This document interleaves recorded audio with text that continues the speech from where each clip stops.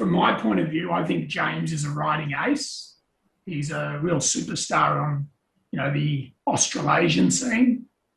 New Zealand born, and at the time didn't have a big name, but he was quickly a shooting star. And he's just got that beautiful seat in the saddle. He's got that real X factor. And obviously recently with his relationship with Caitlin Malyon, who's a presenter on Channel 7. If you were a young jockey starting, you'd want to be James McDonald. It's especially in Australia. Obviously, he might not be known yet in Hong Kong, but I'm surprised that he hasn't yet moved to Hong Kong in a way. I'm sure he could, or maybe he couldn't, I don't know.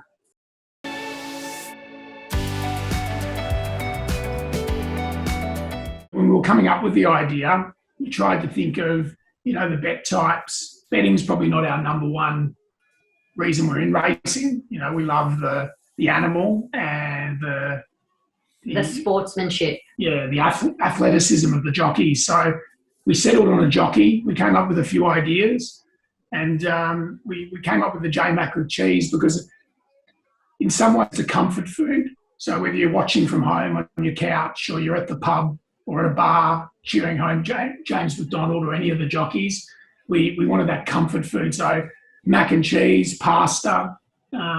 Always comfort food with that. And Talia's favourite food is cheese. She's got a French origins through her father, so I'll let you explain your passion for cheese. It doesn't need explaining. It's sort of cheese is cheese, and it will come before dessert instead of lunch. And obviously mac and cheese being sort of like a icon or a gimmick within itself, which is something that is easy enough to make.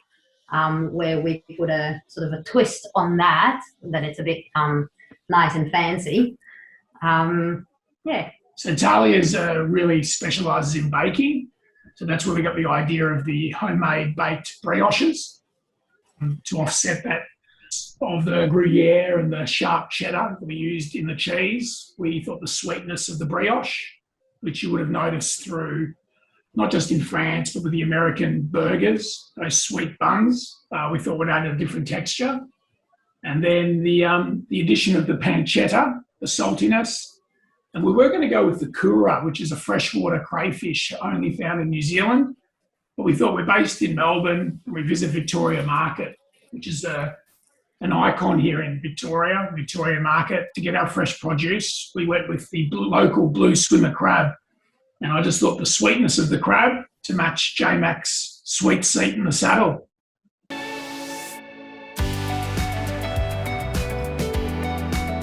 The thing that really captured me with Galloping Foodies is no matter where you go in the world, what I love is going to a local market, whether it be in Marrakesh in Morocco or in the middle of Tokyo to the seafood markets, or, we mentioned Victoria Market in the centre of Melbourne. It brings people together from all walks of life, and that's what food does. So I think the mix of, food and quality food and horse racing, I think it's a great mix. I hear stories that Karis can probably explain about Mauritius at the races with all the food trucks set out and people enjoying food while the races are on. I think it's a winning ingredient. So, jump on the Galloping Foodie train before you miss it.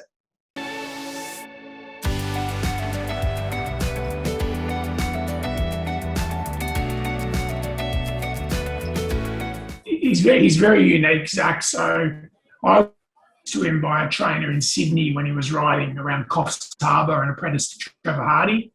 And it wasn't a difficult job. It was just pick the right horses and he'd ride trebles, 4 winners a day. It was very easy for him. And at a young age, I knew he needed to be challenged. So I pushed very, very hard for Zac to come to Sydney. And it wasn't easy. He didn't like the big smoke. He didn't like to be pressured. It had to be his way, his choice. And I've got some funny tales, but in the end, I was very proud of him when he was able to win that Epsom for Gay on Thesio. And that seemed to, part the seas for him. The opportunity was always going to come. And I'm glad it did come. I have to say I wasn't managing him when he went to Hong Kong, and I Zac and I are good friends, but I was surprised when he got the opportunity in Hong Kong, and I did have inside a little bit of nerve how it would go. But to say that, we're both not proud of Zac. Super proud of him because he's just done, he's done Josh. Yeah, he's achieved so much. He's done Zac proud, Australia proud. And I think the big part of that is also Nicole. My life's kicked with having such an amazing woman, but to have that support, life's very much a team effort. And I think Zac's lucky to have Nicole, and, everything seems to be for him in Hong Kong. So these are a pair of boots when Zac was apprentice. We're having a few drinks in his hotel room in Coffs Harbour. I'm going to give you a memento. I'm going to be the best.